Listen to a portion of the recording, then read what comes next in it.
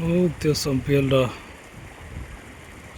र गाडा हाउस हो। त्यहाँबाट पानी यहाँ गयो पिएसटीमा आएको हो पम्प गरेर। अनि पिएसटीबाट फेरि एसएसएफमा, यो एसएसएफको इनलेट क्यानलमा पानी आएर यसरी त्यो हरियो लेभल आएको जमेको भने त्यो एस्कम कलेक्टर अथवा ब्याकवास गर्दाखेरि त्यो मुनिबाट सफा भएर माथि निस्किने। जस्तो यो लेउहरू, यो जमेका लेउहरू हुन्छ नि, यो बालुवामाथि यो जमेका लेउहरू अब फाल्ने कसरी त त्यसको लागि यो क्यानल हुन्छ। त्यसपछि यो चाहिँ यो क्लियर वाटर चेम्बर भन्छ। यसमा पाइप लागेको हुन्छ, एउटा भर्टिकल पाइप, त्यो लेभल मेन्टेन गर्नलाई यसको।